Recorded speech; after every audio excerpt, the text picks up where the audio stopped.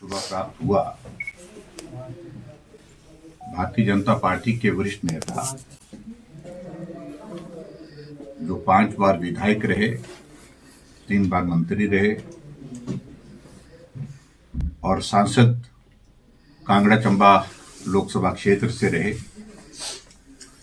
ऐसे हमारे किशन कपूर जी नहीं रहे। और स्वाभाविक रूप से ये बहुत बड़ी क्षति है हमारी पार्टी के लिए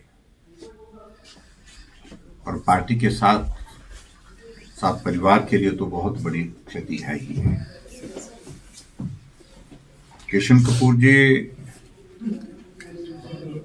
गद्दी कम्युनिटी से संबंध रखते थे, लेकिन उसके बावजूद भी हर वर्ग के लिए काम करने का उनका स्वभाव रहा है और एक ईमानदार नेता के रूप में उन्होंने अपने जीवन का लंबा कैरियर जो है वो राजनीतिक क्षेत्र में काम करते हुए दिया। वो मंत्री के नाते धूमल जी के साथ भी रहे, शायद शांता कुमार जी के साथ विधायक रहे और मेरे साथ भी मंत्री के नाते उन्होंने काम किया। और मैंने इस बात को देखा कि कैबिनेट में विशेष तौर से जो बहुत टिपिकल और बहुत ऐसे क्रिटिकल इश्यूज पर जहां अध्ययन करने की आवश्यकता होती थी, उस पर वो अपनी बात कहते थे और अध्ययन करके आते थे।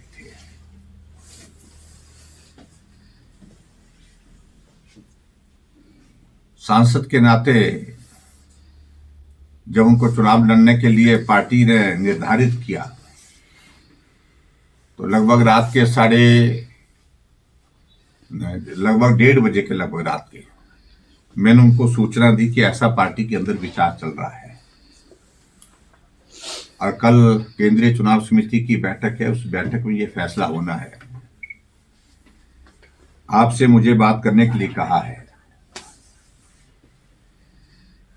तो उन्होंने फोन पर मुझे कहा कि पहले उन्होंने कहा कि मैं हूं, ठीक जगह हूं और मंत्री के नाते आपके साथ काम करने में मैं चाहता हूं कि थोड़ा और समय दूं, लेकिन मुझे आप 10 मिनट का समय सोचने के लिए दीजिए। और 10 मिनट के बाद फिर से उनका मुझे फोन आता है कि मुझे जो कुछ भी हासिल हुआ है वो पार्टी की वजह से हुआ है और इसलिए अगर पार्टी ने विचार किया है, अगर पार्टी ने इस तरह से विचार किया है कि मुझे कांगड़ा चंबा लोकसभा क्षेत्र से चुनाव लड़ाना है, तो मैं इस पार्टी के निर्णय का विरोध नहीं कर सकता हूं। पार्टी अगर फैसला करती है तो मैं चुनाव लड़ूंगा। और फैसला हुआ, चुनाव लड़ा और आज तक के हिमाचल के इतिहास के सारे रिकॉर्ड उन्होंने लोकसभा के उस चुनाव को जीत करके ध्वस्त किए।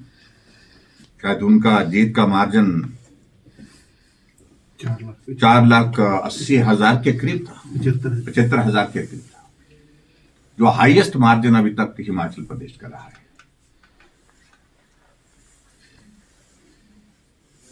इसलिए स्वाभाविक रूप से एक साथी के नाते, एक पार्टी के नेता के नाते हमने एक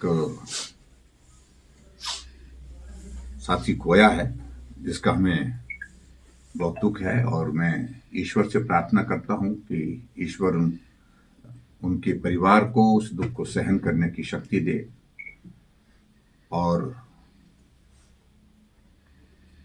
उनकी आत्मा को शांति दे।